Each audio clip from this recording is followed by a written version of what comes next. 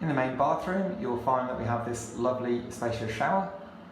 There are two heads. You have a rainwater overhead shower, and then you have the traditional power shower head as well. Now to use this, you'll find that there's a central thermostatic bar.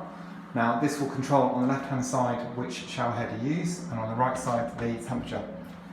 So if we look at the left hand side, you see there's the bottom one is the power shower head, and the top one is the overhead part.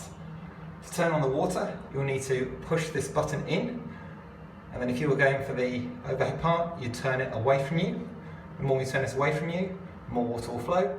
If you wish for the power head, you then push this button and turn it towards you.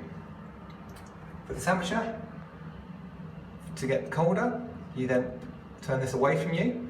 This will cool the water. And then if you wish for it to be hotter, you'll see that its safety feature is at 38 degrees. If you wish to be hotter than this, you need to push this button in and then turn. When you turn this back, it will click back to the safety temperature of 38 degrees. And that's how to use the shower. Thank you.